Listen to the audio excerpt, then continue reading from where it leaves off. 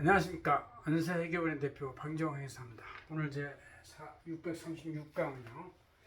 가업 상속 증여하고 일반 증여 상속의 비교를 한번 해보겠습니다.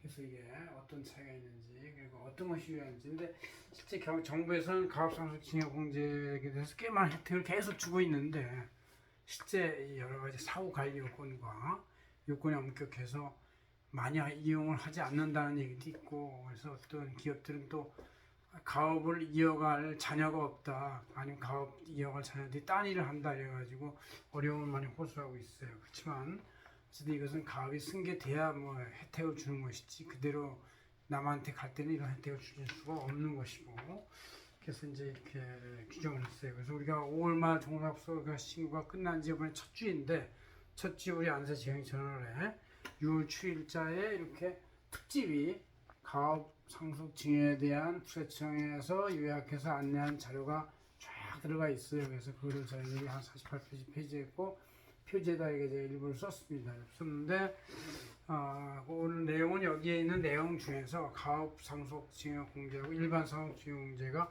얼마나 차이가 나느냐, 이거를 사람들이 좀 이 뭐 디테일한 규정이 여기 흩어져 있으니까 이게 비교하기가 어려워요. 그래서 이제 비교하는 쟁점만 딱 포커싱 해가지고 그 중점만 해서 여러분들이 어떠한 가업성 증여의 요건이 있는지 그럼 알아보도록 하겠습니다. 많은 사람들이 또 질문도 하고 또 컨설팅을 의뢰하기도 했기 때문에 이거에 대해서 하나의 그 최소한의 기본 정보를 제공해 줘야 그 디테일한 거는 저희 하기도 쉽고, 또 이런 기본 정보를 제공해 준다고 해서 뭐 기업들이 이걸 다 스스로 혼자 할 수 있는 게 아니고 여러 가지 규정이 있기 때문에 많이 회계사들한테 상담 자문을 해야만 이게 완벽하게 할 수가 있다, 이런 차원에서 말씀드린 겁니다.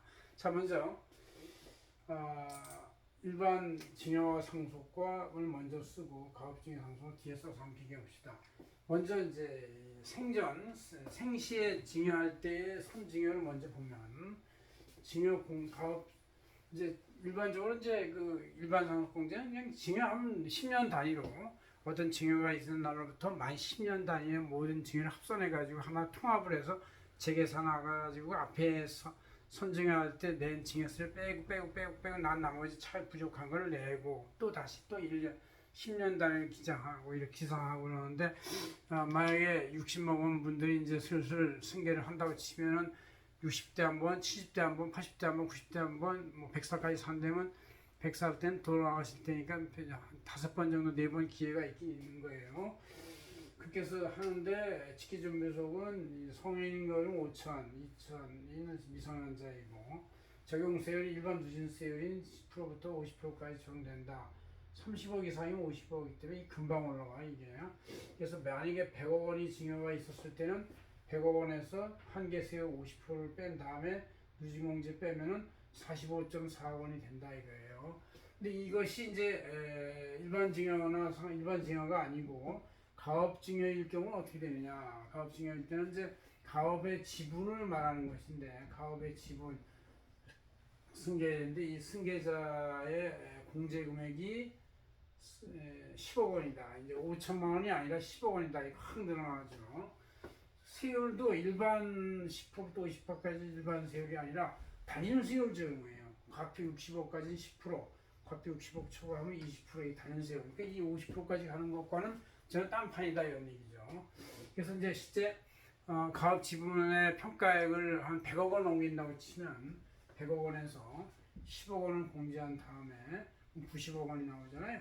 이 90억 원에 대해서 60억까지는 10%이니까 6억이 되고 60억 곱하기 10%는 6억 플러스 60억 초과에 대해서는 20%를 해요. 이렇게 해서 이제 결국은 12억을 됩니다. 그러니까 일반 증여로 했을 때는 45억 원이 나올 증여세가 가업 증여로 하면 12억밖에 안 나온다. 이게 뭐야? 이게 뭐 한 3분의 1, 3.5배가 차이 날 정도로 확 내려가는 것이죠. 그래서 이것은 가업 증여를 하는 것이 일단 좋겠다 이런 얘기고, 이제 나중에 이제 끝까지 돌아가실 때까지가 이제 사후 상속인데 이게 요새는 옛날에는 이제 70대 돌아가시기 때문에 이제 이 가업의 재산 승계 순환 절차가 비교적 원활 빨리빨리 됐는데 요새는 이제 90대 100대 이렇게 사니까 굉장히 늦어져요. 그래서 뭐 엘리자베스 여왕이 돌아가시면서 찰스가 80 가까이 돼서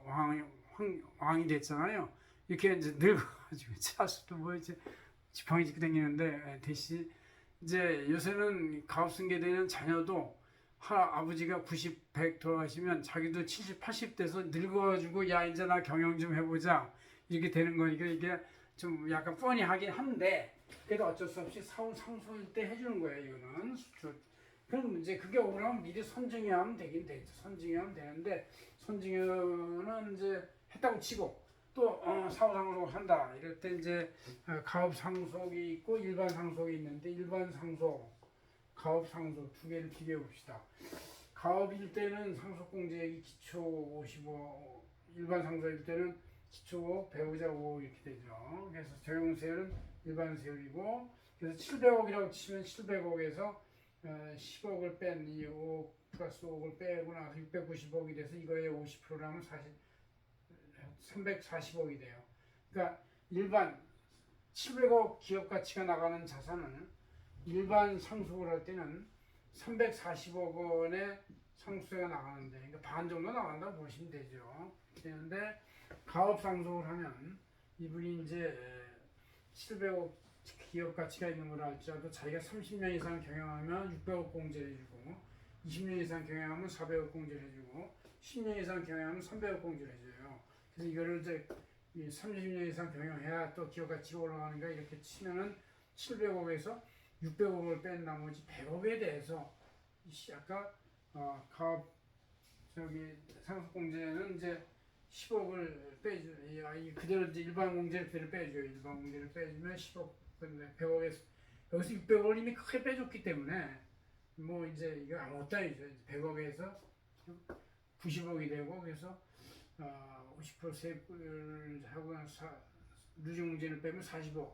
그러니까 이제 가업 상속을 하면 700억의 자산에 대해서도 600억 빼고 뭐 어쩌고 그러니까 40억으로 내려가고 그렇지 않고 일반 상속을 하면 340억이 돼. 이게 뭐야? 4, 7, 28, 48, 32 한 8배의 차이로 상속세가 확 줄어서 왜냐면 또 이제 이런 중소기업들의 기업 가치는 다 회사에 묻어 있는 것이지 캐시로 출금된 상태가 아니기 때문에 승계자가 이걸 상속받아가지고 경영하려면 지분 50% 팔아야 되기 때문에 이렇게 340억이 나온다는 얘기는 50% 팔아야 되기 때문에 이건 경영이 이제 경영권이 넘어가고 이제 기업 산업군한테 시달리게 되는 문제가 생기니까 또 기업을 국가에 지분을 물납한다 하더라도 국가도 또 이걸 제대로 가치를 평가를 못 받아 해서 이래잖아요. 만약 세금 못 받는 건 마찬가지니까 이렇게 가업 상속이라는 제도를 둬가지고 조금만 내라 8분의 1만 내라 이러면 이제 상속이 원활하게 되지 않겠느냐. 그래서 이렇게 기회를 주는 건데 이 기회도 사후 관리 요건이 있어요. 사후 관리 요건이 이제 승계자는 국내 거주 18세 이상으로서 2년 이상 기업에 종사해야 되고 또 2년 이상 대표이사로 계속 이제 유지를 해야 되고 2년 내에 취임해야 된다 이런 얘기가 있고 돌아가신 분이나 증여분들은 이제 국내 거주자로서 최대 주주가 100% 될 필요는 없고 두 개의 큰 주주가 있을 때는 이제 한 명이라도 최대 주주면 40% 이상 40% 미만이면 최대 주주자도 안 되는 것이고 이렇게 해서 유지가 돼야 되고 그다음에 이제 그 대표이사 재직 기간이 그 가업 총 그 운영 기간 30년, 20년, 10년 이런 거에 50% 이상의 기간을 채워야만 된다. 이렇게 요건이 까다로워서 이 요건을 잘 지키는 경우만 하당하지 요건을 못 지키는 경우는 이 가업 상속 공제인 600억, 400억, 300억을 혜택받을 수가 없다. 이게 가장 큰 거죠. 큰 공제 금액을 받을 수가 없다. 이렇게 보시면 되겠습니다. 고맙습니다. 안세경 대표 박인정 행정이었습니다.